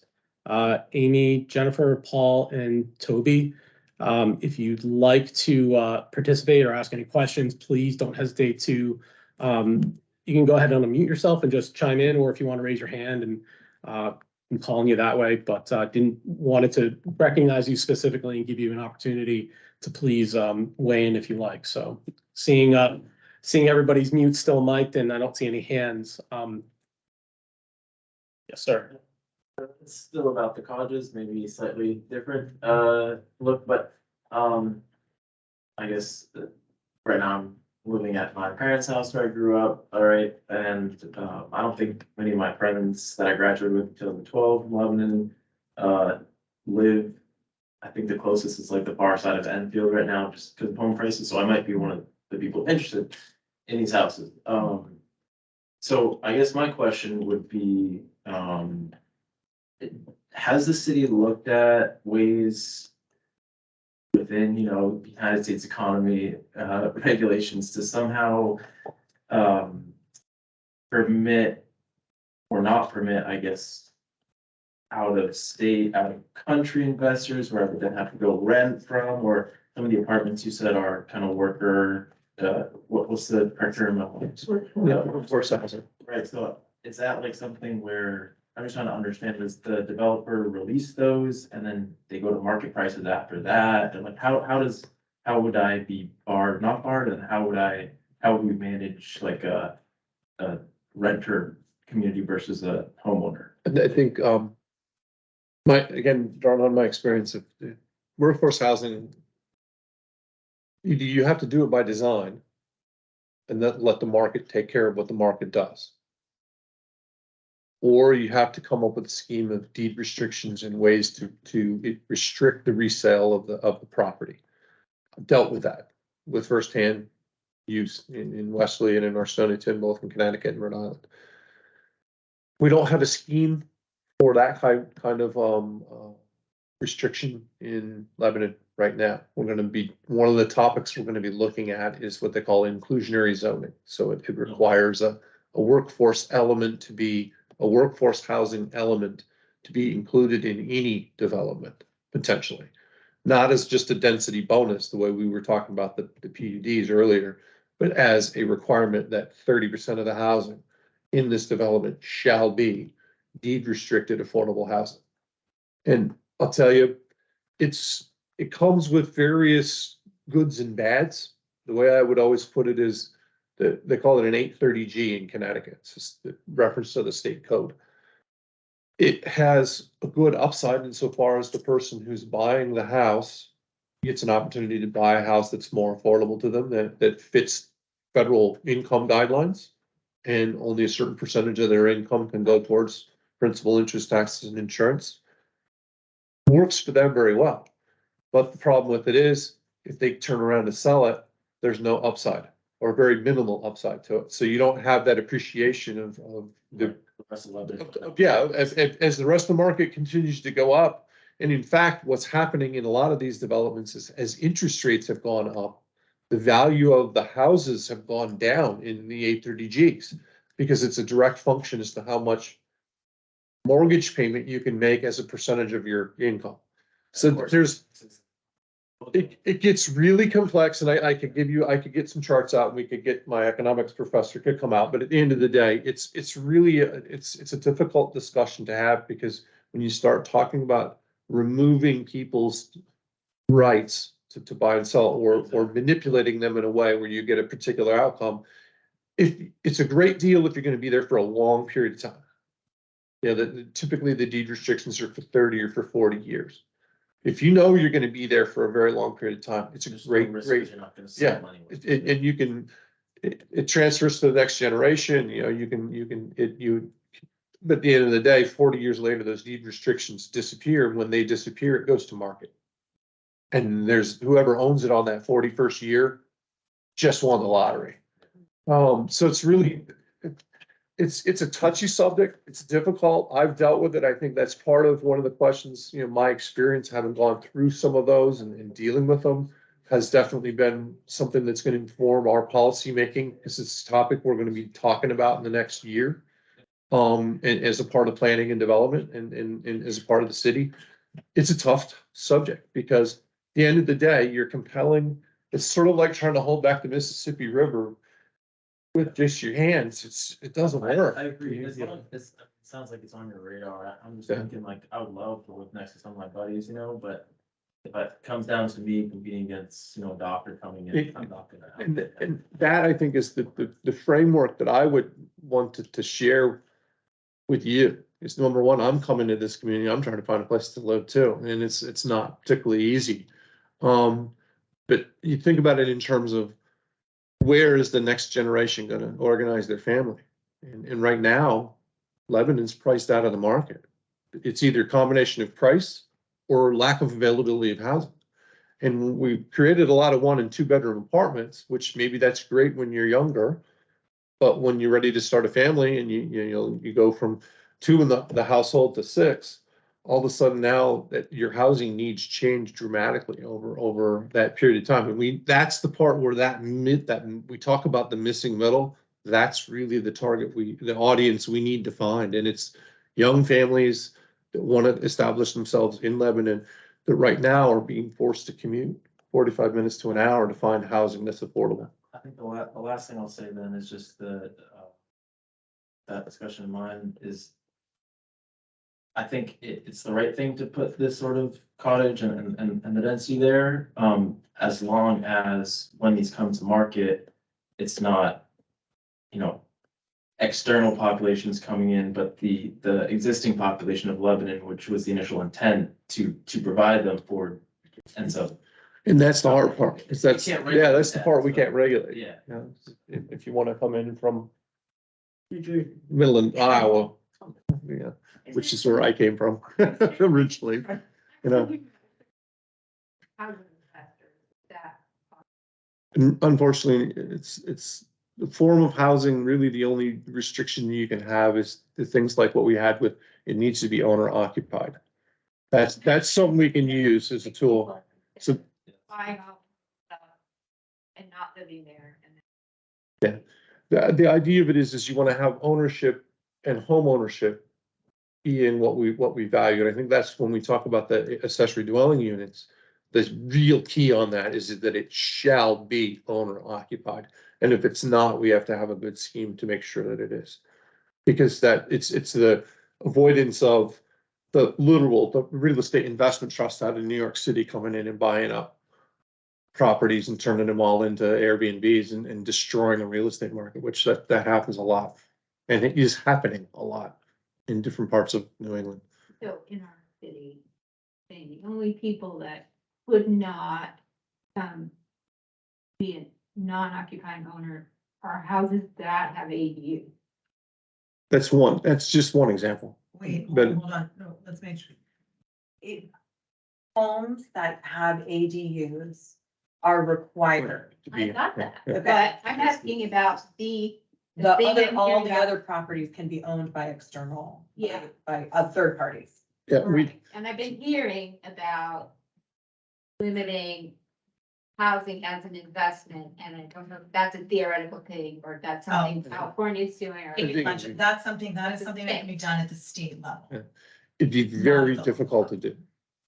Just from the standpoint, regulating ownership, it's very difficult to do. Does anybody do that in the state? I haven't run across a good example. Yeah, I haven't even. I was at a housing conference with it was fun. It was, the Hawaiians were there. You want to talk about a good group of guys to hang out with. But they had some serious affordability problems because the average, this was in 2005, the average sale price of a house in Hawaii in 2005 was almost $700,000. You know, you try to be a working family with that being your housing option. They couldn't, people had no place to live and they had no one to work in businesses. Because they couldn't afford to live there. And it became a major structural problem for the islands. And we had, interestingly, the groups that were there, we had Silicon Valley, we had Hawaii, we had a group, I think it was out of New Jersey, right across from New York. that represented the definition of an overpriced real estate market. And then you had the poor states, the Iowas where we have more land than we know what to do with and everything's affordable. The two halves of the coins, which is one is how do you get affordable housing when you lose money every time you build a unit? And the other one is when it's so expensive and no one can afford it, people are going to have to live further and further away. In the case of Silicon Valley, the average teacher or police officer was commuting 2 to 2.5 hours a day each way in order to go to work. How can you rationally sit down with the teacher and say, we're going to pay you this, but yet you're going to have to spend 5 hours of your day driving back and forth? That's how the worst case scenarios. But there's still case scenarios right here in Lebanon. The factors of the market here are similarly placed, where you're seeing further and further commutes that are getting longer, makes it more difficult for people to be able to work for what the wages are being offered. And then the other part of it is you don't have places for new families to form. Part of that's you have to have availability of new housing. You have to have housing choices for seniors that maybe they don't want to live in the big house anymore. They want to move to something smaller, but they have to have options as well.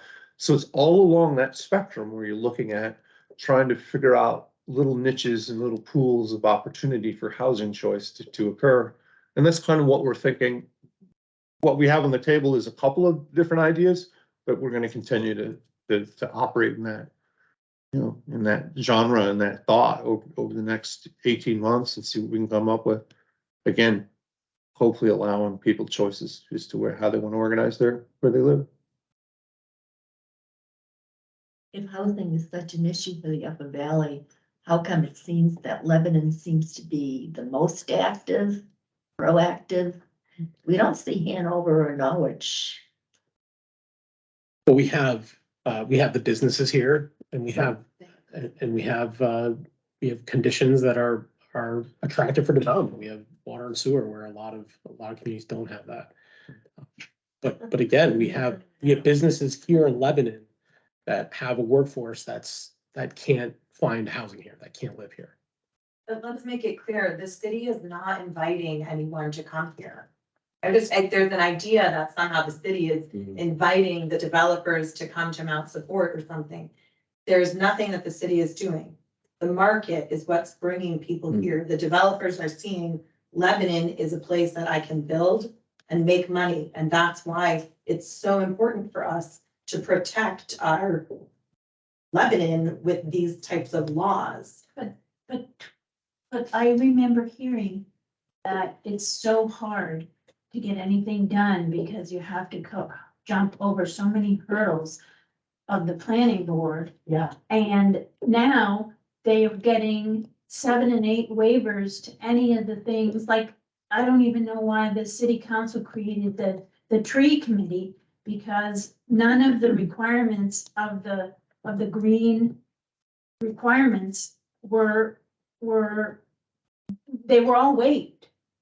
So as far as Are you talking about on the village market yeah, where there's literally zero anything green right now? but the requirements, because it was evaluated that location is hot now, to put in a certain percentage of trees and green area. It's not hot now. You mean hot, you mean physically hot, the temperature. As far as it doesn't have any green space, okay? So what I'm saying is the requirement was for a certain percentage to be trees and other green space. And those were waived.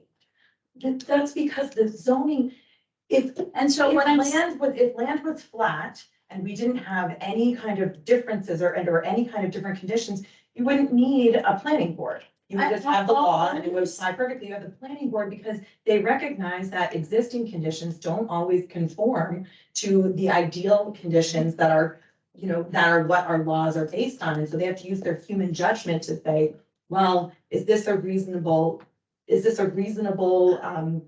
waiver to make? All I'm saying is that if those were put in place to improve the space and to ensure the health of the people living there, why weren't those required?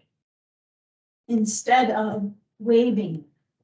So that there would be at least that minimum of green space instead of even less. That's all I'm saying, because as it stands, when I drive down that road, now I will no longer see Storrs Hill that you can see now behind the market. You won't see that. So there will be less health.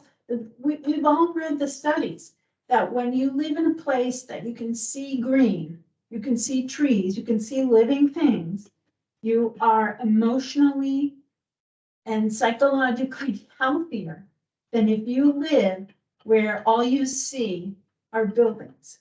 So all I'm saying is that I support at least maintaining a minimum of green space. So if we can't even do that in a place where we're already, so many of the cities over the buildings, for lack of a better way of saying that, are waiving any of that.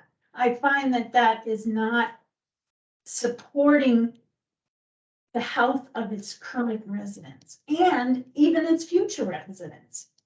Its future residents need even more support for their own health. If we're gonna put 500 people in a place that has maybe 200 right now, maybe. And they're all, I mean, I can just imagine what it's gonna be like when people get upset about something.